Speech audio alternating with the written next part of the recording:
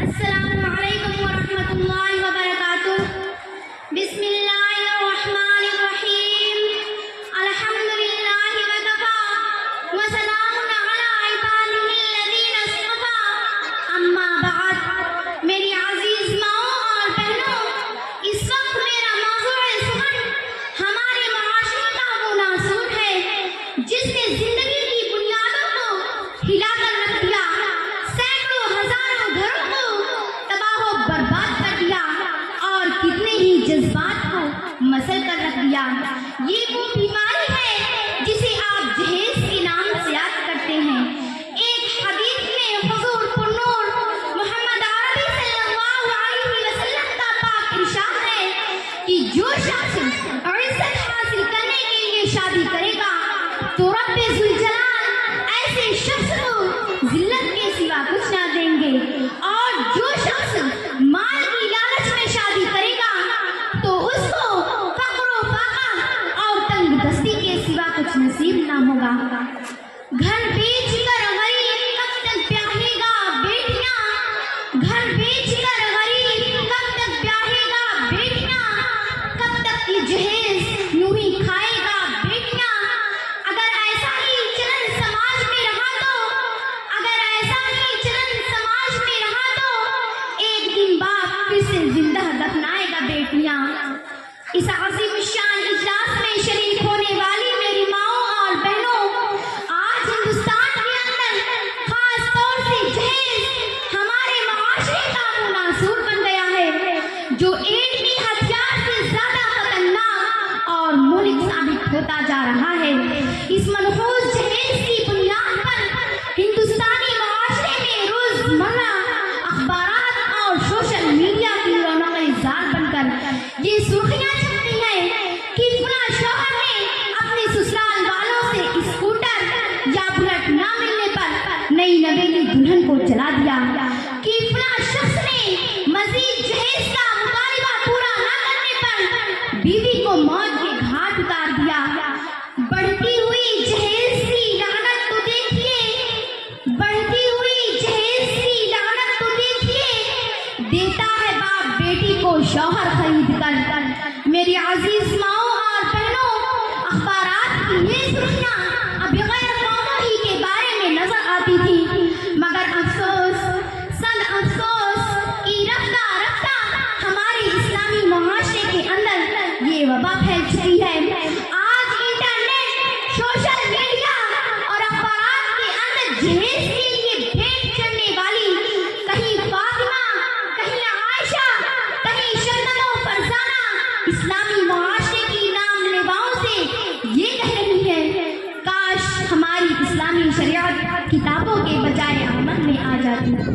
لیتے ہوئے جہیز مذہب بھول جاتے ہیں، لیتے ہوئے جہیز مذہب بھول جاتے ہیں، لکھتے ہیں حق مہر تو دین یاد آ جاتا ہے۔ میری عزیز ماؤں اور بہنوں، جہیز کے تعلق سے اگر عورت دست نہ کر لے تو چٹکی میں ایک انقلاب برپا ہو سکتا ہے اور جہیز کا رسم و رواج ہمیشہ کے لیے ختم ہو سکتا ہے، اس لیے کہ جہیز کا شکار ایک معصوم لڑکی ہی ہوتی ہے، لیکن وہی لڑکی جب ماں کے روپ میں ہوتی ہے تو وہ اپنے لڑکے کے لیے بہو ڈھونڈتی ہے، اور سب سے پہلے انہی کی طرف سے جہیز کے مطالبات ہوتے ہیں۔ اگر لڑکا دیندار ہے اور وہ جہیز کا مطالبہ نہیں کرتا اور بغیر کسی ساز و سامان کے کسی کی لخت جگر کو اپنی نئی نویلی دلہن کی شکل میں اپنا جیون ساتھی چن لیتا ہے، تو وہی ماں ساس کے روپ میں تانا دیتی ہے کہ تیرے باپ نے مجھے کچھ نہیں دیا، اگر دیا بھی تو میرے سارے مطالبات پورے نہیں کیے، بس یوں ہی منہ اٹھا کر میرے گھر میں آ گئی۔ یہ جملہ ایسا ہوتا ہے جسے ایک لڑکی، ایک بہو تو کیا، ایک پہاڑ بھی برداشت نہیں کر سکتا۔ یہیں سے رشتہ ازدواج میں ایک دراڑ بننا شروع ہونے لگتا ہے جو دن بدن بڑھتا ہی جا رہا ہے۔ آخرکار یہ ظالم ماں دونوں کو جدا کرنے کی حد تک پہنچ جاتی ہے۔ اگر ساس جس دن اپنی بہو کو بیٹی کا درجہ دے دے تو سمجھو اسی دن سے جہیز کا رسم رواج ختم ہو جائے گا۔ حاضرات، آج عورتوں پر ظلم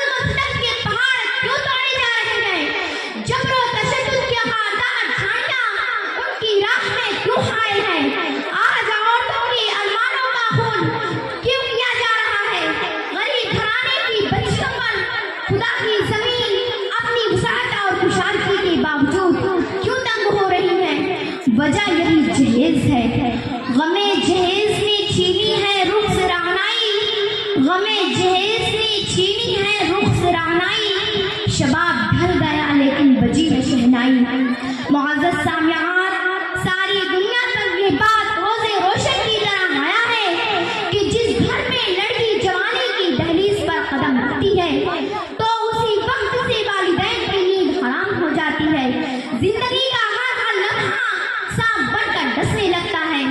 ایک طرف لڑکی کی اٹھی ہوئی جوانی تو دوسری طرف جنسی بھیڑیوں کی اٹھتی ہوئی نگاہیں، تو تیسری طرف پڑوسیوں کی چھیمی گوئیاں ہوتی ہیں۔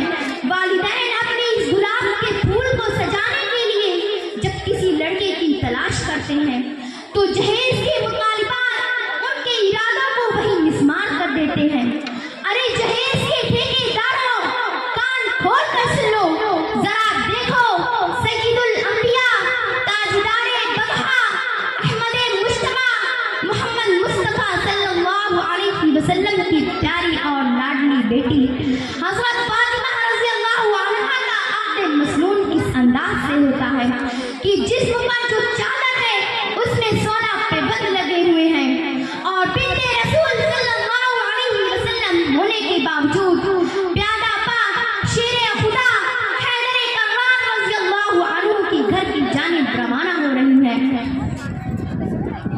آج ہم کہتے ہیں ہمارا بیٹا ڈاکٹر ہے، ہمارا بیٹا انجینئر ہے، ہمارا بیٹا پائلٹ ہے، ہمارا بیٹا گریجویٹ ہے، ہمارا بیٹی ٹیلی فون آپریٹر ہے، ہمارا بیٹا سعودی عرب میں رہتا ہے، اس لیے ہمیں جہیز میں جہاز چاہیے۔